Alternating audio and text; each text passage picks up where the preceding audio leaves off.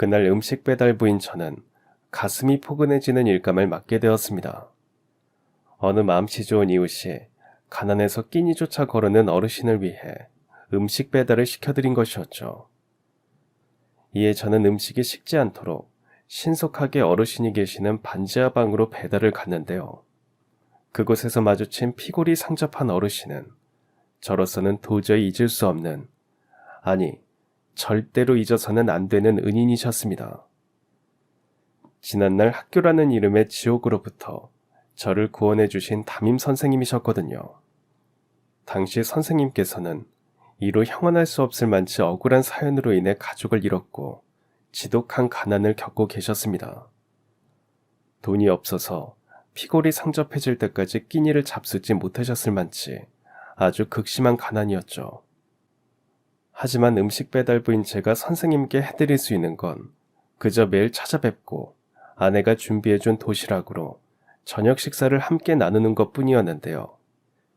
그랬던 저와 선생님의 인생이 한순간에 180도 뒤바뀔 기적이 벌어진 건 제가 선생님의 끼니를 3년 동안 챙겨오던 어느 날의 일이었습니다. 대체 어떤 기적이 벌어졌길래 두 사람의 인생이 한순간에 180도로 뒤바뀌었냐고요. 그 질문에 대한 해답은 지금부터 본격적으로 시작될 저의 사연 속에 고스란히 녹아있답니다. 어릴 적 저는 아주 많이 가난한 집의 외동아들이었습니다. 저희 아버지는 젊을 적부터 지병이 심해서 일을 하실 수 없는 분이셨기에 모든 생계는 어머니 혼자 공장 일을 다니며 도맡으셔야만 했죠. 그런 어머니를 위해 제가 해드릴 수 있는 최고의 효도는 다름 아닌 공부였습니다. 저 또한 어머니의 고된 삶에 있어서 단 하나의 유일한 희망이 저라는 것을 잘 알기에 그 흔한 학원 한 번 다니지 못했음에도 불구하고 국민학생 때부터 전교 1등을 놓쳐본 적이 없을 정도로 열심히 공부했죠. 그랬던 저희 일상에 아주 큰 위기가 닥쳐오게 된 건 아버지께서 지병으로 인해 상을 떠나게 되면서부터의 일이었어요. 아버지의 장례를 마치고 며칠 뒤 어머니께서 갑자기 이사를 준비하시더라고요.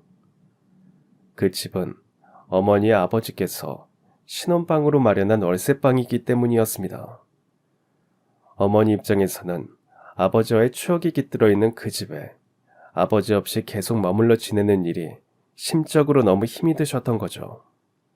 제가 고등학교 2학년 1학기를 막 시작했었을 무렵 저는 어머니와 함께 연고도 없는 타지로 갑작스레 이사도 가고 동시에 전학도 가게 되었는데요. 그렇게 도착한 사립고등학교에서 저의 학창시절이 본격적으로 꼬여버리기 시작했습니다. 전학 첫날부터 웬 날라리 무리들이 키도 작고 연약한 학생을 심각하게 괴롭히는 모습이 제 눈에 밟히더라고요. 그런 상황을 참다 못한 저는 연약한 학생을 구하기 위해 아주 크게 용기를 내어 날라리 무리들을 말리기 시작했는데요. 그러자 날라리 무리의 대장이 코웃음을 치며 저에게 뚜벅뚜벅 다가오더라고요. 전학생이면 전학생답게 조용히 찌그러져서 지내지 그러냐? 괜히 못 모르고 까불다가 뜨거운 맛보기 싫으면. 그러는 너희들이야말로 다시는 이런 짓 버리지 마. 힘없고 약한 친구를 괴롭히는 건 사내 녀석들이 할 짓이 아니잖아. 이야, 우리 전학생 친구가 인생이 아주 심심한 모양이로구나. 그래, 좋아. 앞으로 다시는 저 녀석 건드리지 않을게. 대신 앞으로는 우리 전학생 친구가 저 녀석을 대신해서 우리들의 장난감이 돼줘야겠다. 앞으로 학교 생활이 엄청 재밌어질 테니까 각오 단단히 해. 바로 그 일이 계기가 되어서 저는 날라리 녀석들의 먹잇감이 되어버리고야 말았습니다. 마치 지옥처럼 끔찍한 학교 생활이 시작된 것이었죠. 당시 저는 학교에 등교한 이후부터 야간 자율학습을 마치고 하교하는 순간까지 날라리 녀석들에게 지독하게 시달려야만 했어요. 모든 쉬는 시간과 점심시간마다 화장실이나 학교 옥상 또는 건물 뒤편으로 끌려갔거든요. 그 와중에 심지어 저는 전학생 신분이었습니다. 학교에 저를 도와줄 친구가 하나도 없었던 거죠. 물론 친구가 있다고 한들 날라리 녀석들이 무서워서 도와줄 수가 없었겠지만요. 괜히 저를 돕겠다고 나섰다가 자기들이 먹잇감이 되어버릴지도 모르니까요. 제가 다른 학생들 도우려다가 시달리는 처지가 되어버렸던 것처럼 말이에요. 다만 저희 반 반장은 저에게 가끔씩 도움의 손길을 내밀어 주었습니다. 그러나 그마저도 직접 도와준 것은 아니었어요. 몹쓸 날라리 녀석들 때문에 여기저기 다치고 상처를 당한 저를 위해서 몰래 파스나 반창고 그리고 연고 같은 것들을 제 사물함에 넣어주었을 뿐이었으니까요. 물론 너무나도 외롭고 고통스러운 시간을 보내고 있던 저로서는 그 작은 마음마저도 아주 고마웠습니다.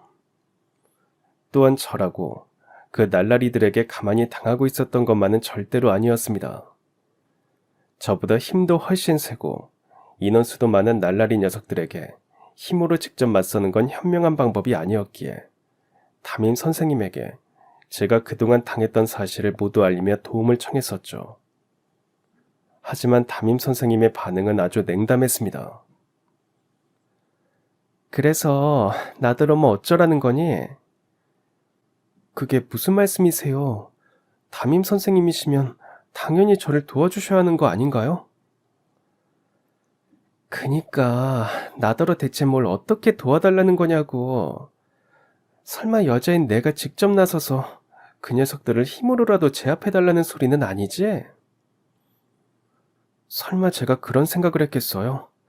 규칙에 따라서 저를 보호해 주시고 규칙에 따라서 그 녀석들을 제지시켜달라고 부탁을 드리고 있을 뿐이잖아요. 아휴, 얘 민규야, 네가 아직 어려서 세상 물정을 잘 모르는 모양인데 이 세상에는 법이나 규칙을 자기 발 아래에 깔아놓고 사는 사람들이 엄청 많아.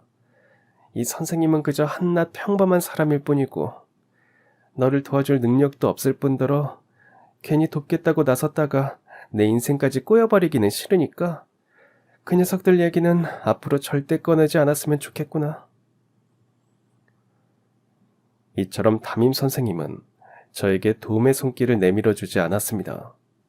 더더군다나 문제는 당시 저는 홀어머니에게 학교에서의 고충을 솔직하게 털어놓을 수도 없는 입장이라는 것이었습니다.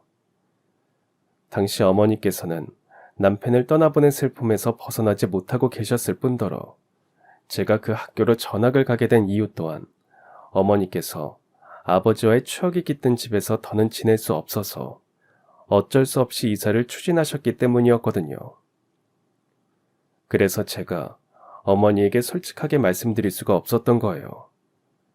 제가 고생하는 것을 알게 되면 어머니는 필시 당신께서 억지로 이사를 떠나왔기 때문이라고 생각하게 되실 테니까요. 당신 스스로 외동아들을 사지로 몰아넣었다고 생각하게 되실 테니까요. 그 와중에 그나마 유일하게 다행이었던 건 그 날라리 녀석들이 제 얼굴만큼은 건드리지 않았다는 점이었습니다. 괜히 얼굴 건드렸다가 동네방네 소문이라도 나면 자기들도 피곤해질 테니까요. 뭐 저로서는 그나마 그 덕분에 홀어머니에게 학교에서의 일을 들키지 않을 수 있었지만요.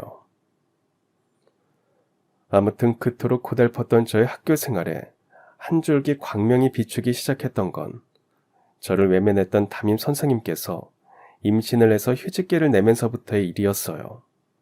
마침 사립학교인 저희 학교에 김철민 선생님이라는 분께서 새로 채용이 되셨고 그분께서 저희 반 담임 선생님을 맡게 되었거든요. 김철민 선생님께서는 부임 첫날부터 저희 반 학생들과 1대1 면담을 하셨습니다.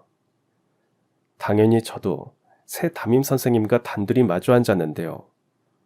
저의 얼굴과 학교 생활기록부를 훑어보시는 선생님의 표정이 무척이나 심각했어요.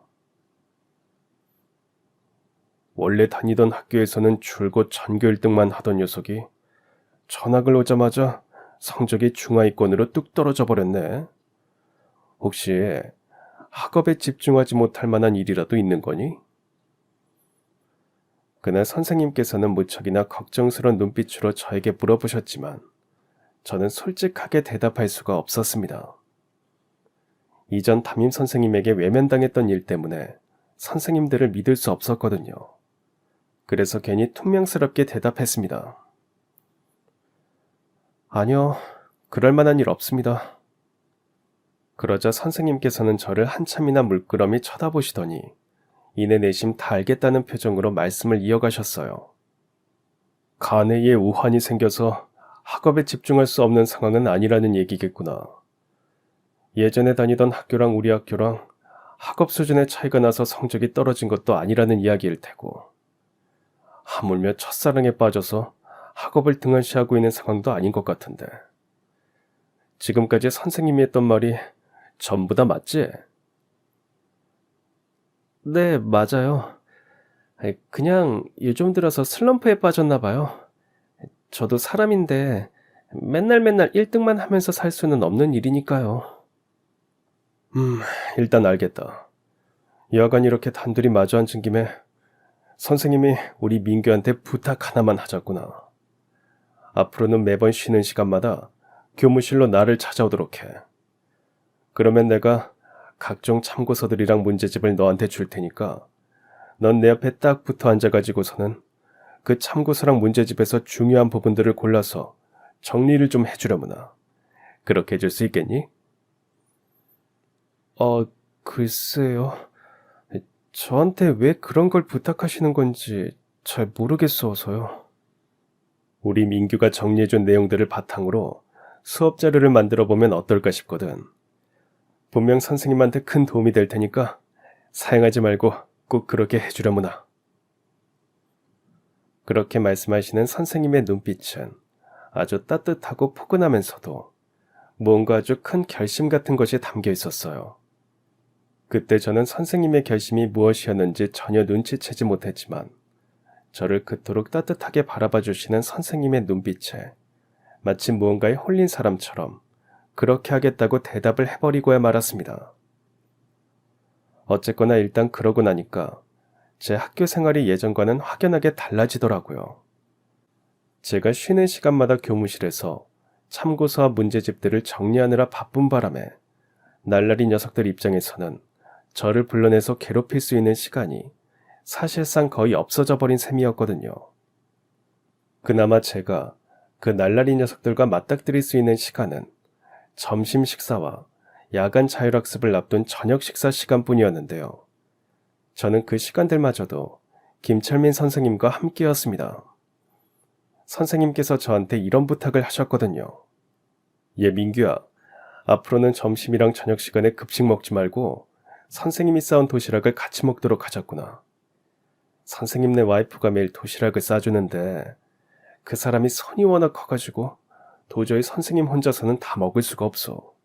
그렇다고 아내가 매일 정성스럽게 준비해주는 도시락을 남겨서 돌아갈 수도 없는 노릇이고. 그래서 우리 철민이가 이번에도 선생님을 좀 도와주면 좋겠구나.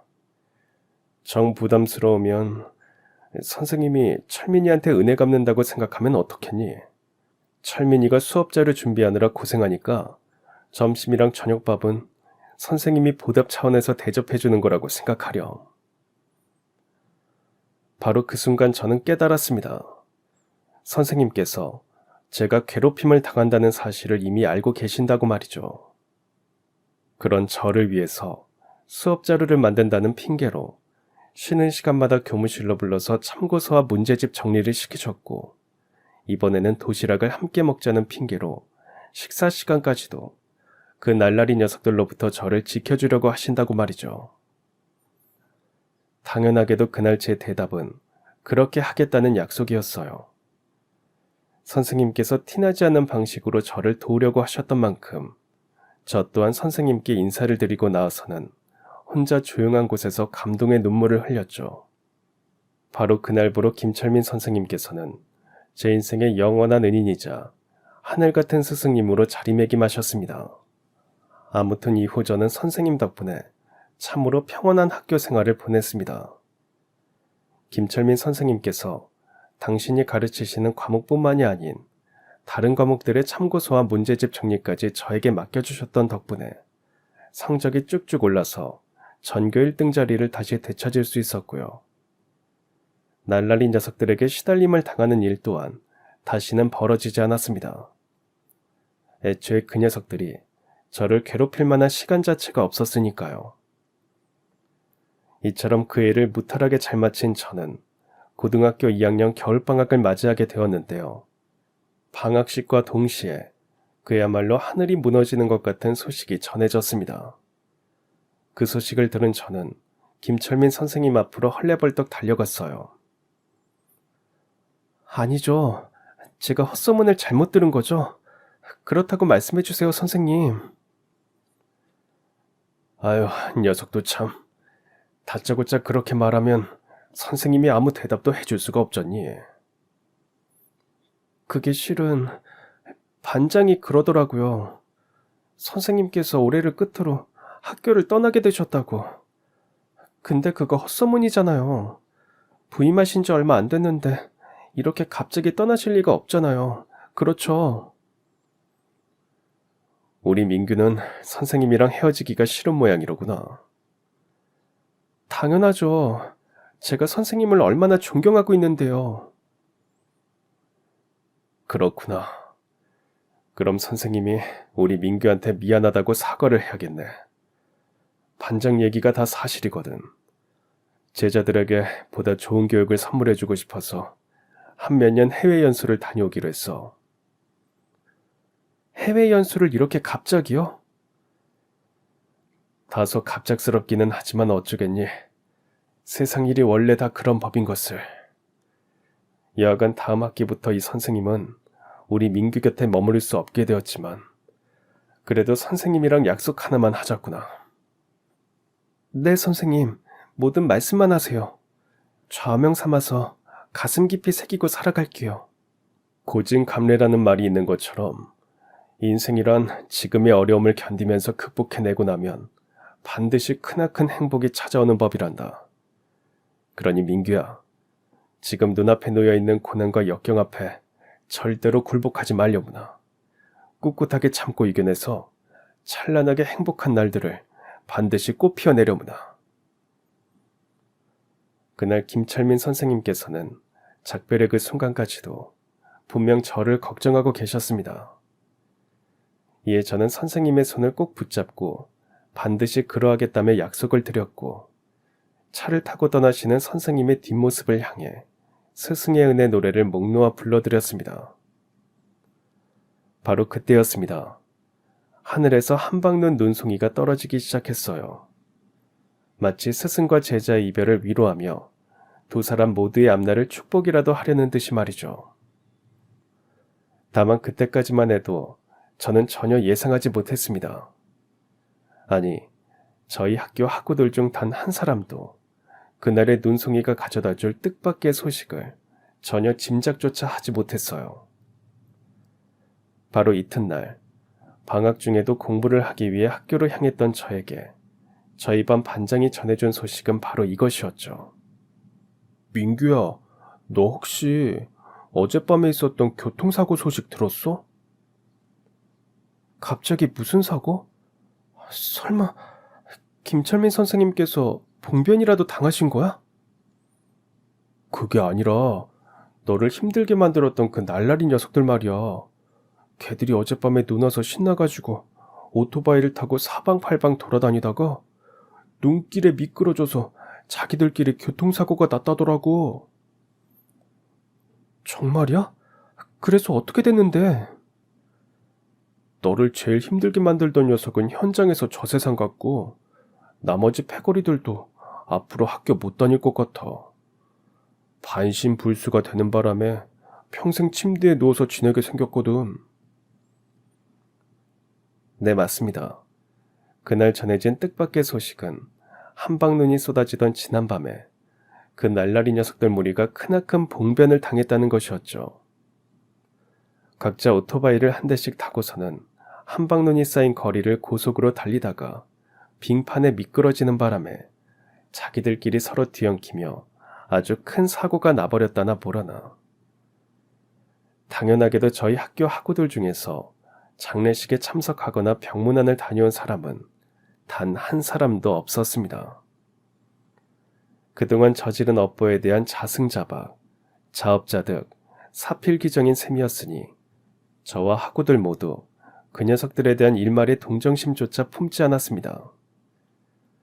어쨌든 이로써 그동안 겪었던 힘든 시간들에 완전히 종지부를 찍게 된 저는 당연하게도 최선을 다해 학업에 집중했습니다. 덕분에 명문대에 수석으로 합격했고 졸업생 대표로 졸업식 축사까지 하면서 학창시절을 훌륭하게 마무리 지었죠. 다만 졸업식 축사를 하는 내내 제 마음속에서 한 가지 아쉬움이 아주 크게 느껴졌어요. 김철민 선생님께서 이런 내 모습을 보셨다면 엄청 자랑스러워 하셨을 텐데 하는 아쉬움이었죠. 물론 그런 아쉬움 덕분에 저는 다시 한번 다짐할 수 있었습니다. 앞으로의 인생을 선생님의 제자답게 멋지고 훌륭하게 살아내겠다고 말이죠. 당연하게도 이후의 제 삶은 선생님의 가르침을 그대로 떠받드는 과정의 연속이었습니다.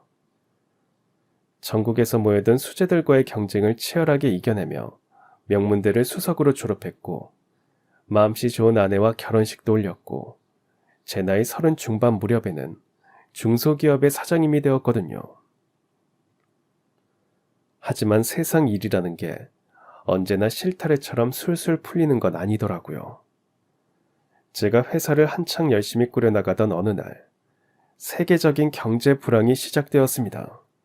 국산품을 외국에 수출하는 무역 상사인 저희 회사로서는 정말 이제 절체절명의 위기가 아닐 수가 없었어요. 하루가 멀다 하고 이런 소식들이 자꾸만 전해졌거든요. 오늘도 회사에서 열심히 일하느라 고생 많았어요, 여보. 근데 오늘도 표정이 많이 어둡네. 혹시 어디서 또 안 좋은 소식이라도 날아든 거야? 아, 이번엔 좀 타격이 크네. 미국 쪽 제일 큰 거래처가 부도가 나버렸거든. 그럼 그동안 수출한 물건 대금은 어떻게 되는 거야? 한 푼도 못 받게 됐지 뭐.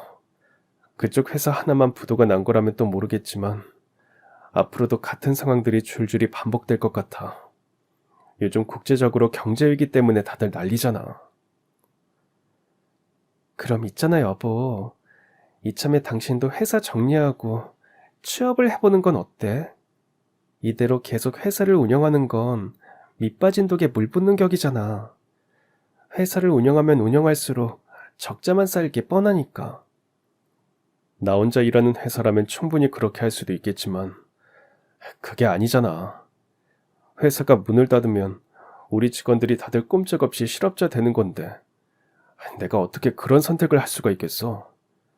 직원들이랑 그 가족들 생각하면 절대로 그렇게 못해. 그건 그렇겠다. 미안해, 여보. 내가 생각이 많이 짧았어. 괜찮아. 당신도 남편 걱정 때문에 그런 건데 뭐. 아무튼 그래서 말인데 당분간 여보랑 내가 허리띠를 졸라매고 버텨봅시다. 당분간 회사에서 집으로 돈 한 푼 가져다 줄 수 없겠지만 배달 아르바이트를 해서라도 남편으로서 최소한의 생활비는 가져다 줄게. 당신 몫의 돈으로 직원분들 월급을 챙겨주려는 생각인 거지? 직원들이 있어야 우리 회사가 존재할 수 있는 거니까. 물론 여보가 허락해줘야 하는 일이겠지만. 당연히 허락해줘야지. 내일 당장 그렇게 얘기하고 직원분들 마음을 잘 다독여드려. 지금 당신만큼이나 직원분들도 불안하고 힘들 테니까. 그런 아내의 말을 들으며 저는 속으로 결혼 참 잘했다는 생각을 했습니다. 제 아무리 배달 일이라도 해서 생활비를 책임지겠노라며 약속을 했다고 한들 당분간 회사에서 돈 한 푼 가져다 줄 수 없을 거라는 남편을 이해해주는 아내는 극히 드물 테니까요.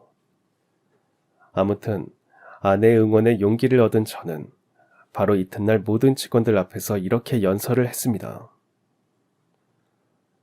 지금 우리 회사가 절체절명의 위기에 놓여 있는 건 사실입니다. 국제적인 경제 위기 때문이죠. 하지만 여러분들께서는 걱정하실 필요 없습니다. 제가 회사에서 돈 한 푼, 10원 한 장 못 가져가는 한이 있더라도 여러분의 고용은 완전히 보장해 드릴 것이며 월급 또한 정상적으로 지급할 예정이니까요. 그런 제 말에 직원들이 안도의 한숨을 내쉬었는데요. 직원 한 분이 감동의 눈물을 흘리면서 저희를 왜 그렇게까지 아껴주는 거냐는 질문을 하더라고요. 이에 저는 김철민 선생님께서 가르쳐 주신 교훈을 꺼내 들었습니다. 세상에서 가장 존경하는 은사님이 계셨습니다. 그 은사님께서 저에게 가르쳐 주셨어요. 무릇 인생이란 지금의 어려움을 견디면서 극복해내면 반드시 크나큰 행복이 찾아오는 법이라고 말이죠. 저는 그 말을 믿습니다. 여러분들께서도 그 말을 믿고 또한 사장인 저를 믿고 우리 다 함께 지금의 어려움을 최선을 다해 이겨내 봅시다. 제가 연설을 마치자 우레와 같은 박수와 환호가 쏟아졌고 바로 그날부로 줄곧 뒤숭숭했던 회사 분위기가 정상화되었어요.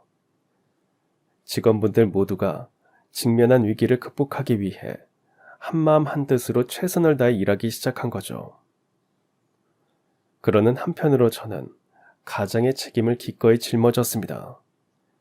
아내와 약속했던 내용처럼 집에 생활비를 가져다 주기 위해 배달 아르바이트를 시작했거든요. 퇴근 이후의 시간과 공휴일, 그리고 주말 내내 단 하루도 빠짐없이 배달을 다녔습니다. 비록 몸은 당장이라도 지쳐 쓰러질 듯 피곤했지만 마음만은 아주 뿌듯했죠.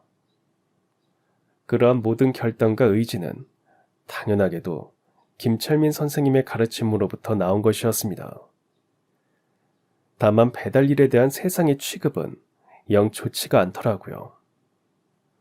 배달 온 김에 음식물 쓰레기를 밖에다 버려달라고 하는 정도는 귀여운 축에 속할 정도로 정말이지 이런저런 업신여김을 다 당했죠. 그 중에서도 특히 기억에 남는 일화를 하나 꼽자면 최 씨라는 성을 가진 아저씨와의 일이었습니다. 최 씨 그 양반은 동대문 쪽 시장 상인들에게 주로 명품 가방을 납품하는 사장이라고 했는데요. 제가 배달을 다니다가 마주칠 때마다 아주 대바라진 행동을 일삼더라고요. 주로 이런 식이었죠. 아이 배달기사 양반, 잠깐 이리 좀 와봐. 오늘은 또 왜 그러십니까? 혹시 제가 배달해드린 음식에 무슨 문제라도 있나요? 그게 아니라 젊은 양반이 아둥바둥 사는 꼬라지가 하도 불쌍하길래 용돈이나 좀 쥐어주려고. 현찰로 50만 원 줄 테니까 오늘은 지금 당장 퇴근해서 술집이 나가서 여자들이나 옆에 딱 끼고 하룻밤 호사스럽게 놀아 제끼도록 해. 젊을 때 제대로 놀아야 나중에 늙어서 후회가 남지 않는 법이거든. 저로서는 당연히 모욕감이 들 수밖에 없는 노릇이었습니다. 그래서 당연히 이런 지하에 거절했죠. 그런 돈 필요 없으니까 그냥 넣어두시죠. 에헤이, 그러지 말고 그냥 받아. 나 돈 많아. 많아도 너무 많아서 불우이웃 돕기라도 하려는 거니까 이 돈 가지고 얼른 술이나 마시러 가. 정 못하면 내가 좋은 주점을 소개시켜 줄 수도 있고. 그쪽이 돈이 얼마나 많은지는 모르겠지만 하는 행동을 보아하니 정상적으로 쌓아올린 재산은 아닌 게 확실하네요. 그런 더러운 돈은 10원 한 장도 받을 생각 없으니까 다시는 저한테 말도 걸지 마세요. 물론 세상에는 어두운 그늘이 있으면 햇살 바른 양재 또한 있는 법입니다. 인간 말종 최 씨 같은 사람이 있는 반면에 어느 집주인처럼 마음씨 좋은 분도 계셨거든요. 제가 배달 일을 시작한 지 몇 달쯤 지났을 무렵의 일이었습니다. 배달콜을 받아서 식당으로 음식을 픽업하러 갔더니 배달 요청 사항에 아주 특이한 문구가 적혀 있더라고요. 이에 저는 배달시키신 고객님께 전화를 걸었습니다. 그 전화를 받은 분이 바로 마음씨 좋은 집주인이셨죠. 안녕하세요 고객님, 저 배달기사인데요. 다름이 아니라 배달 요청 사항에 반지하 세입자한테 꼭 좀 잘 전해달라고 적혀 있던데 그게 무슨 뜻인지 정확히 잘 모르겠어서 전화드렸어요. 그게 실은 저희 집 반지하에 사정이 아주 딱한 어르신이 한 분 살고 계시거든요. 돈이 없어서 끼니를 계속 거르는 모양인지 피골이 상접해지셨길래 보다 못해 너무 안쓰러워서 배달을 보내려는 거예요. 그럼 고객님께서 어르신한테 직접 전해드리면 되지 않을까요? 저도 몇 번 그러려고 해봤는데 좀처럼 받지를 않으세요.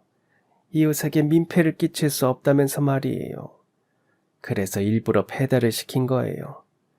배달을 완수하지 못하면 배달 기사님께도 손해가 발생하게 되는 거니까 어르신께서 그게 미안해서라도 음식을 받아 잡수시지 않을까 싶어서요. 네, 그랬군요. 고객님은 마음이 엄청 따뜻한 분이신 것 같네요. 아무튼 제가 그 따뜻한 마음이 식기 전에 어르신께 꼭 전달해 드릴 테니까 너무 걱정하지 마십시오. 전화를 끊으며 제 마음까지 덩달아서 포근해지는 기분이었습니다. 이 세상에 아직 온기라는 것이 남아있구나 싶은 느낌이었다고나 할까요. 아무튼 저는 그 따뜻한 마음과 음식이 식기 전에 반지 어르신께 배달을 해드리기 위해서 최대한 신속하게 내달렸는데요. 제가 초인종을 누르자 그야말로 피골이 상접한 어르신께서 나오셨습니다. 동시에 집안에서 악취가 뿜어져 나왔어요. 그건 더러워서 나는 냄새가 아니라 가난의 냄새였습니다.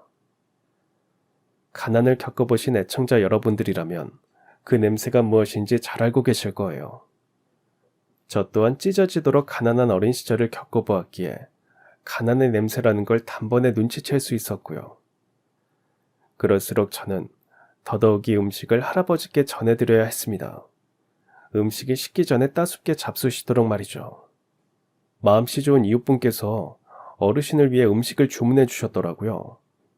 아이고 괜찮습니다. 생각 없으니 그 이웃이라는 분한테 마음만 감사히 받겠다고 전해주시구려. 바로 그 목소리를 듣는 순간 저는 고개를 갸웃하고야 말았습니다. 분명 제가 아는 것 같은 목소리였거든요. 이에 저는 할아버지 얼굴을 유심히 살펴보았고 그러다 그만 다리가 풀려서 무릎을 꿇고 주저앉아 버렸습니다. 비록 피골이 상접한 모습이어서 한눈에 알아볼 수는 없었지만 할아버지는 분명 그분이셨거든요. 선생님, 김철민 선생님 맞으시죠? 역시나 선생님이 맞았던 모양입니다. 어르신께서 제 얼굴을 제대로 쳐다보기가 무섭게 흠칫 놀라더니 급히 문을 닫으려고 하셨거든요. 잠깐만요, 선생님. 저 민규예요. 고등학교 2학년 때 선생님 덕분에 구원받았던 박민규라고요. 사람 잘못 본 것 같으니 음식 가지고 이만 돌아가시구려. 그 말을 끝으로 어르신은 문을 닫고 집으로 들어가 버리셨지만 도저히 그대로는 돌아갈 수가 없었습니다. 자세한 사연은 모르겠지만 어려운 생활을 하고 계시는 스승님을 뒤로 한 채 돌아간다는 건 그야말로 불효이자 불충과도 다름없는 짓일 테니까요. 더군다나 김철민 선생님께서는 제 평생의 은인이시기도 하고요. 하지만 이미 문은 굳게 닫혀버린 상황. 그때 제가 선택한 방법은 묵노와 스승의 은혜 노래를 부르는 것이었습니다. 선생님과 제가 작별하던 바로 그날처럼 말이죠. 그런 제 노래가 선생님의 마음을 움직였던 모양일까요? 제가 노래를 마치자 선생님께서 문을 살짝 열어주시며 들어오라고 하셨습니다. 덕분에 간신히 선생님과 제대로 마주 앉은 저는 지독한 가난이 엿보이는 세간살이를 보며 눈물을 꾹 참으며 조심스럽게 여쭈어 보았습니다. 대체 어쩌다가 이렇게 되셨어요? 학교를 떠나실 때는 분명 더 좋은 선생님이 되기 위해서 해외 연수를 간다고 하셨잖아요. 그게 실은 은퇴하고 노년에 농사나 지으면서 안빈낙도의 삶을 살려고 지인한테서 땅을 샀었는데 그 바람에 전 재산을 싹 다 날려먹은 꼴이 되어버렸지 뭐니. 그렇게 선생님께서는 아주 어렵게 그간의 일을 말씀해 주셨습니다. 몇 년 전 선생님께서는 귀농을 위해 지인한테서 지방에 있는 땅을 사셨는데요.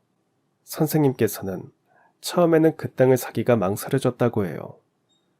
왜냐면 그 땅은 연결된 도로가 하나도 없는 맹지였던 데다가 법적으로 농지도 아니었으니까요. 그럼에도 선생님께서 그 땅을 사셨던 건 땅 주인인 지인의 적극적인 설득이 있었기 때문이었습니다. 그때 지인은 조만간 땅 앞으로 국도가 새로 뚫릴 예정이라면서 관련 서류들을 보여주었다고 해요. 관공서에서 국도 개통 사업에 참여할 업체를 모집한다는 입찰 공고문이었죠. 더욱이 그 지인은 그 땅이 농지로 용도 변경이 되도록 최선을 다해 돕겠다며 호언장담까지 했습니다. 이에 선생님께서는 고민 끝에 땅을 사셨고 얼마 뒤 잔금까지 모두 지불을 했는데요. 알고 보니 그 지인이 작정하고 선생님한테 사기를 쳤던 것이었다고 합니다. 농지로 용도 변경하는 걸 돕기는커녕 땅 앞으로 국도가 뚫릴 거라면서 보여주었던 서류들도 전부 다 조작된 가짜였죠. 그러는 바람에 졸지에 전 재산을 다 잃어버린 셈이 되어버리고야 말았던 게야. 내 손에 땅 문서가 있기는 하지만 그건 재산이 아니라 그저 휴지 조각에 불과할 뿐이거든. 하긴 그럴 수밖에 없겠네요. 맹지인 땅을 써먹을 수도 없을 뿐더러 누구한테 팔 수도 없으니 차라리 없는 이만 못한 재산일 테니까요. 근데 사모님은 어디 계시고 선생님 혼자 지내세요? 사기를 당하는 바람에 이혼당했지 뭐. 이래저래 그 땅 한번 잘못 샀다가 노년 팔자가 아주 제대로 꼬여버린 게야. 그럼 혹시 그 사기꾼을 신고할 생각은 안 해보셨어요? 공문서까지 가짜로 만들어냈으면 형사처벌까지도 가능한 사안이잖아요. 나도 마음 같아서는 그러고 싶었지. 하지만 증거가 없어서 신고를 할 수가 없었어. 그 인간이 내보이는 서류를 읽어보기만 했을 뿐 따로 챙겨두거나 하지는 않았었거든. 더군다나 내가 사기를 당했다는 사실을 알게 되었을 때는 그 인간이 이미 잠적까지 해버린 다음이었고. 그런 말씀을 들으며 저는 정말이지 복장이 터져나가고 무척이나 참담한 심정이었습니다. 제가 선생님을 도와드릴 수 있는 방법이 없기에 더더욱이 속이 상했어요. 당시 저 또한 배달 아르바이트로 집에 겨우겨우 생활비를 보태는 상황이었으니까요. 다만 제가 선생님께 해드릴 수 있는 일이 딱 하나 있었습니다. 그건 바로 앙상한 선생님의 손에 숟가락을 쥐어드리는 것이었죠. 오늘은 일단 집주인께서 준비해 주신 음식을 맛나게 잡수세요. 그리고 앞으로는 저녁마다 제가 도시락 챙겨서 선생님을 찾아뵐 테니까 이제부터는 최소한 끼니 걸을 일은 없으실 거예요. 저랑 같이 매일 오붓하게 마주 앉아서 식사를 나누면 되니까요. 굳이 나까지 신경 쓸 필요 없어. 얘기를 듣자 하니 너도 형편이 많이 어렵다면서. 그런 말씀 마세요. 선생님께서 고등학생 때 저를 지켜주기 위해서 일부러 도시락을 같이 먹자고 하셨던 거 저도 다 알거든요. 그니까요, 선생님. 이번엔 제가 선생님을 위해서 도시락을 준비하겠습니다. 그제서야 선생님께서는 닭똥 같은 눈물을 뚝뚝 흘리며 식사를 하셨고, 이후로 저는 매일같이 저녁 도시락을 준비해서 선생님과 둘이 마주 앉아 식사를 나누었는데요. 둘이서 함께 식사를 나눈 시간이 꽤 흘렀고, 그러는 동안 둘이서 이런저런 이야기들을 참 많이도 나누었는데요. 그럼에도 선생님께서는 교단에서는 어떻게 떠나는지에 대해서는 좀처럼 말씀해 주시지 않으시더라고요. 다만 은퇴하기 직전까지 1인 교습소를 열어서 학생들을 계속 가르쳤었다는 말씀만 넌지시 해주셨을 뿐, 해외 연수까지 다녀오신 분께서 왜 학교로 돌아갈 수 없었는지는 전혀 말씀해 주시지 않으셨어요. 마치 무언가를 감추고 있는 분처럼 말이죠. 제가 그러한 내막을 알게 된 건 동창회에서 2학년 때 반장을 만나게 되었던 덕분이었어요. 제가 선생님 이야기를 전하자 반장이 한숨을 푹 내쉬며 이런 얘기를 해주었거든요. 그게 실은 우리 선생님 학교에서 쫓겨난 거였어. 뭐라고? 해외 연수 때문에 학교를 떠난 게 아니었다는 거야? 너를 제일 힘들게 하던 그 날라리 대장 있잖아. 걔가 실은 우리 모교 이사장님의 혼외자거든. 늙음하게 바람을 피워가지고 집 밖에서 낳은 혼외자. 그래봤자 천벌받아서 저 세상 가버렸지만. 그럼 혹시 원래 담임 선생님이 나를 외면했던 이유도 그놈이 이사장님 아들이기 때문이었던 거야? 당연하지. 학생들은 거의 대부분 모르는 사실이었지만 선생님들은 모를래야 모를 수가 없으니까. 아무튼 김철민 선생님이 학교에서 쫓겨난 이유도 바로 그것 때문이었어. 선생님이 너 모르게 학교 쪽에 엄청 항의를 했었거든. 아무리 이사장 쪽 혼외자더라도 그런 불량 학생을 마음껏 활개치도록 내버려 두는 게 말이나 되느냐면서. 그러다가 이사장한테 밉보여가지고 쫓겨나셨던 거야. 네, 그런 사연이 있었더라고요.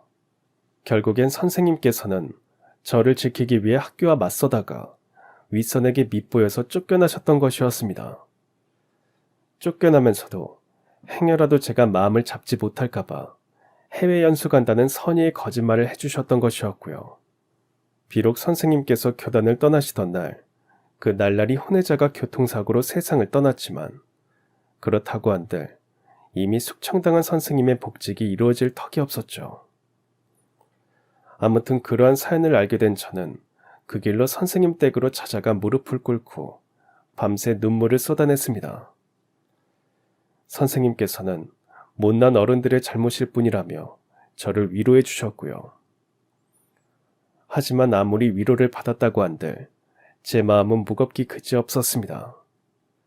그런 와중에도 제가 해드릴 수 있는 건 아내가 준비해준 2인분 도시락으로 선생님과 마주 앉아 저녁 끼니를 나누는 것뿐이었기에 저는 그 일이나마 최선을 다했습니다. 무려 3년이라는 시간 동안 단 하루도 빠짐없이 선생님의 끼니를 챙겨드렸거든요. 문제는 그러는 3년 동안 저희 회사의 경영 상태는 꾸준하게 악화가 되었고 결국엔 진짜 폐업을 해야만 할지도 모르는 기로에 서버렸다는 것이었습니다. 아니 어쩌면 직원들을 위해서라도 오히려 하루라도 빨리 폐업을 하는 쪽이 올바른 선택일지도 모르는 상황이었어요. 파산이 아니라 잦은 폐업을 하면 회사 자산을 팔아서 직원들의 퇴직금이라도 제대로 챙겨줄 수 있을 뿐더러 하루라도 빨리 직원들을 보내주어야 다른 직장에 재취업도 할 수 있을 테니까요. 지난 3년 동안 꿋꿋하게 버텨왔던 제가 그런 생각까지 했었을 만치 당시 상황은 정말 이제 심각했는데요. 하늘이 무너져도 솟아날 구멍이 있다더니 전혀 기대치 않은 기적이 벌어졌습니다. 사장실에 혼자 주저앉아 고민을 하고 있던 저에게 교단에 계실 적 늘 입던 정장을 단정하게 차려입으신 선생님께서 찾아오셨거든요. 우와, 오늘 어디 좋은 곳이라도 가시나 봐요. 오랜만에 정장을 멋들어지게 챙겨 입으신 걸 보면. 당연하지. 아주 좋은 일이 있어서 아주 좋은 소식을 들고 일단 의관부터 정지하고 곧장 너를 찾아왔단다. 사랑하는 제자의 마음고생을 한시라도 빨리 훌훌 날려버리고 싶어서 내가 투자금으로 얼마를 내어주면 너희 회사가 기사회생할 수 있겠니? 그게 무슨 말씀이세요? 투자금이라고요? 선생님께서 무슨 돈이 있으셔서? 사기당했던 그 땅, 조만간에 팔 수 있을 것 같아서. 심지어 살 때보다 훨씬 비싸게 말이다. 그렇게 말씀하신 선생님께서는 저에게 웬 신문 한 장을 건네주셨습니다. 그 신문에는 지방 어느 지역의 대기업이 대규모 공장 단지를 건설할 거라는 기사가 실려 있었는데요. 그제서야 저는 제대로 알게 되었습니다. 선생님께서 사기당했던 땅이 어느 지역에 있는 것인지를 말이죠. 내 땅이 지금 신문에 나와 있는 바로 그 근처야. 아침나절부터 온갖 부동산 업자들이 연락을 해오길래 무슨 일인가 싶어서 신문을 봤더니 내 땅이 있는 동네에 개발 확정 기사가 나 있더구나. 어디 그뿐인 줄 아니. 그 대기업에서 자기네 공장 부지로 들어가는 도로를 건설할 예정인데 그 도로가 맹지였던 내 땅 바로 앞으로 지나간다더구나. 우와, 그거 진짜 잘된 일이네요. 선생님 말씀처럼 고생 끝에 낙이 온다더니 이제 아무 걱정 없으시겠어요. 진심으로 축하드려요. 축하는 내가 아니라 오히려 민규 네가 받아야지. 그 땅을 비싼 값에 대팔 수 있게 된 덕분에 너희 회사에 투자금을 해줄 수 있게 되었으니까 말이다. 물론 절체절명의 위기에 놓여있던 저로서는 솔깃하지 않을 수가 없는 말씀이었습니다. 하지만 저는 도무지 투자금을 받을 수가 없었어요. 선생님께서 그 땅 때문에 얼마나 고생을 하셨는지 뻔히 알면서 그 돈을 덥석 받는 건 차마 못할 행동이라는 생각이 들었거든요. 그래서 저는 외람되지만 거절의 말씀을 드렸습니다. 말씀은 감사하지만 마음만 받겠습니다. 회사는 저희 힘으로 어떻게든 해볼 테니까 땅값으로 받은 돈은 오직 선생님만을 위해서 쓰세요. 좋은 집에서 맛난 음식 많이 잡수시면서요. 난 지금 그 돈을 나를 위해서 쓰려고 이러는 거란다. 지난 3년 동안의 밥값도 계산할 겸 세상에서 가장 아름다웠던 노랫소리에 대한 보답도 할 겸 해가지고. 세상에서 가장 아름다웠던 노랫소리라면 제가 불러드렸던 스승의 노래를 말씀하시는 건가요? 당연하지. 내가 반지하 새방에서 밥을 굶어가면서도 버틸 수 있었던 건 우리 민규가 나랑 헤어지던 날에 불러주었던 그 노랫자락 덕분이었거든. 그 노랫자락이 한평생 내 마음에 남아있지 않았다면 난 지금쯤 세상을 등졌을지도 모르고. 더군다나 지난 3년 동안 민규 너랑 나누었던 저녁 식사는 그냥 밥이 아니었어. 씩씩하게 살아가는 제자 보기 나쁘끄러워서라도 나 또한 꿋꿋하게 버티고 살아야겠다는 일종의 삶의 의지와도 같은 의미였지. 그러니 고생 끝에 낙이 찾아온 오늘의 행복을 민규 너와 함께 나누는 건 아주 지극히 당연한 일이고, 또한 오직 그것만이 그 큰 돈을 오롯이 나의 행복을 위해서 쓰는 길이기도 하단다. 제자의 행복이 곧 스승의 행복이니까. 그런 선생님의 말씀에 저는 그만 눈물을 터뜨리고야 말았습니다. 스승의 은혜는 하늘 같다더니 선생님께서는 학창시절에 저를 구원해 주셨던 것도 모자라서 위태로운 어른이 되어버린 저까지도 구원하기 위해 도움의 손길을 뻗어주셨으니까요. 이에 저는 염치불구하고 선생님께 큰 절을 올리며 이렇게 말씀드렸어요. 감사합니다. 정말 감사합니다, 선생님. 비록 지금의 저는 위태롭고 못난 제자일 뿐이지만 선생님 덕분에 다시금 모두 떨쳐내고 당당하게 일어서 보겠습니다. 다시 일어나서 지금의 역경을 모두 이겨낸 다음에 선생님의 교육 철학이야말로 참된 진리였다는 것을 스스로 증명해 내겠습니다. 고생 끝에 낙이 온다는 선생님의 가르침을 몸소 실현시켜 보이겠습니다. 그날 저와 선생님은 밤이 깊도록 술잔을 나누었습니다. 그러고 보니 선생님을 3년 동안 보살펴드리면서 한 번도 술잔을 나누었던 적이 없더라고요. 물론 배달 일을 해야 했기에 술을 마실 수 없었던 것이었지만 왠지 선생님께 죄송스럽다는 생각이 들었어요. 자식들이 부모에게 늘 죄송한 마음인 것처럼 저 또한 선생님께는 늘 죄송한 마음이더라고요. 그런 제 마음을 하늘이 알아주셨던 덕분이었을까요? 또 하나의 기적이 벌어졌습니다. 그날 저는 술에 살짝 취한 선생님을 업고 집으로 모셔다 드렸는데요. 뜻밖에도 철천지 원수가 자기 발로 선생님 댁 앞을 서성이고 있더라고요. 그 철천지 원수는 다름 아닌 지난날 선생님에게 거짓말로 맹지를 팔았던 바로 그 사기꾼이었죠. 그 인간이 대체 선생님 댁에는 왜 왔냐고요? 혹시 크게 뉘우치고 개가천선해서 지난 일에 대해 사과를 하려고 선생님을 찾아왔던 거냐고요? 설마 그럴 리가 있겠어요. 그 사기꾼은 제 등에 엎여 계신 선생님을 보자마자 대뜸 해괴한 소리를 짓거리기 시작했습니다. 그 땅이 대박날 줄 알았다면 훨씬 비싼 값에 팔았을 거라면서 지금이라도 돈을 더 받아야겠다고 고래고래 소리를 질러대며 아주 그냥 난장을 부리더라니까요. 하지만 그런 소란과 망발 따위는 저로서는 눈꽃만큼도 중요한 일이 아니었어요. 오직 중요한 건 제가 그 사기꾼의 얼굴과 정체를 단번에 알아보았고 덕분에 스승님의 원수를 제자인 제가 대신해서 갚아드릴 수 있게 되었다는 것이었습니다. 이에 저는 사기꾼이 망발을 짓거리는 동안 어디론가 문자 메시지 한 통을 조용히 보냈어요. 그렇게 하고 나서야 사기꾼을 향해서 회심의 미소를 지으며 이렇게 말했죠. 이봐요 아저씨, 당신 나 알지? 나는 당신이 누군지 다 알고 있는데. 그게 무슨 소리야? 젊은 양반이 나를 대체 어디서 봤다고 그래? 동대문 시장에 음식 배달하러 다니다가 가끔 봤었죠.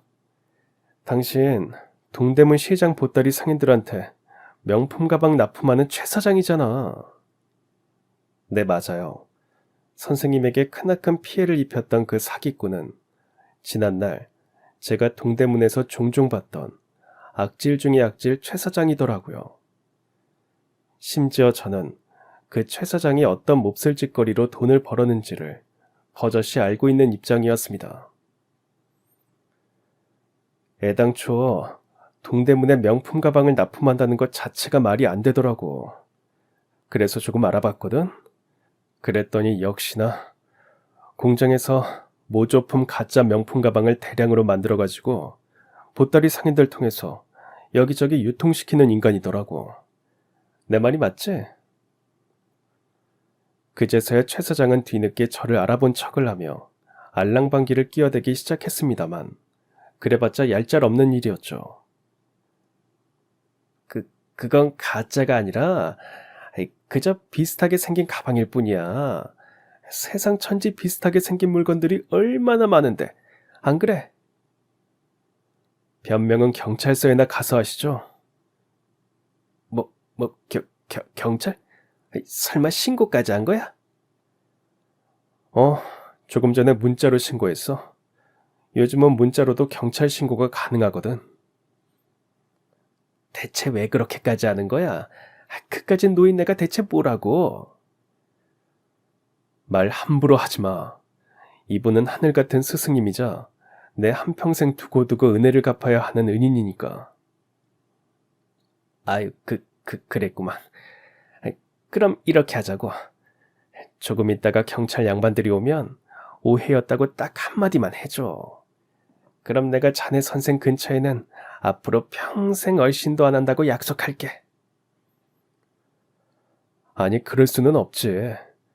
천지신명께서 하늘 같은 스승의 은혜를 갚을 수 있도록 이렇게 기회를 만들어 주셨는데 제자된 입장에서 그 기회를 어떻게 놓칠 수가 있겠냐고. 안 그래?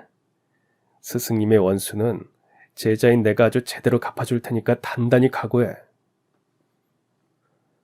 바로 그때였습니다. 마치 하늘마저 분노한 듯이 마른 하늘에 날벼락이 치더니 경찰관님들이 때맞춰 우르르 도착하더라고요. 그날 그 인간은 울부짖으며 나는 아무 잘못도 없다며 경찰관님들에게 애걸복걸했지만 결국 수갑을 차고 연행되어 갔고 그 길로 인생 나락행 급행열차를 타게 되었습니다. 짝퉁 가방 공장을 대규모로 운영한 혐의가 모두 인정되어서 형사처벌을 받게 되었거든요. 가짜 가방을 팔아서 벌어들인 수익금은 당연히 전부 국고로 환수되었고요. 심지어 원조 명품 업체로부터 초거액의 손해배상 청구 소송까지 때려맞는 바람에 어쩌면 교도소에서 출소하지 않은 쪽이 훨씬 평온한 삶이 될지도 모르는 지경에 이르게 되었습니다. 최소한 교도소에서는 밥이라도 먹여주지만 출소하고 난 다음에는 거짓골을 면하지 못할 테니까요. 아무튼 이로써 저는 스승의 은혜를 조금이나마 갚을 수 있었습니다. 지난날 선생님께서는 사기를 당해놓고도 증거가 없어서 그 인간을 잡아넣지 못했지만 제자인 저의 활약 덕분에 그 인간이 천벌을 받게 된 셈이라고나 할까요. 그러는 한편으로 선생님께서는 아주 좋은 값에 땅을 팔아서 저희 회사에 투자금을 내어주셨습니다. 선생님께서는 돌려받지 않을 생각으로 주신 돈이었지만 제 생각은 달라요. 선생님 덕분에 기사회생한 회사를 반드시 크게 키워서 꼭 10배, 100배로 갚아드릴 예정이거든요. 인생지사, 고생 끝에 낙이 오는 법이고 하늘 같은 스승의 은혜를 갚는 건 제자로서 아주 지극히 당연한 도리이니까요. 그럼 지금까지 사연 들어주셔서 감사합니다. 사연이 재밌으셨다면 구독과 좋아요 부탁드려요. 감사합니다. 안녕히 계세요.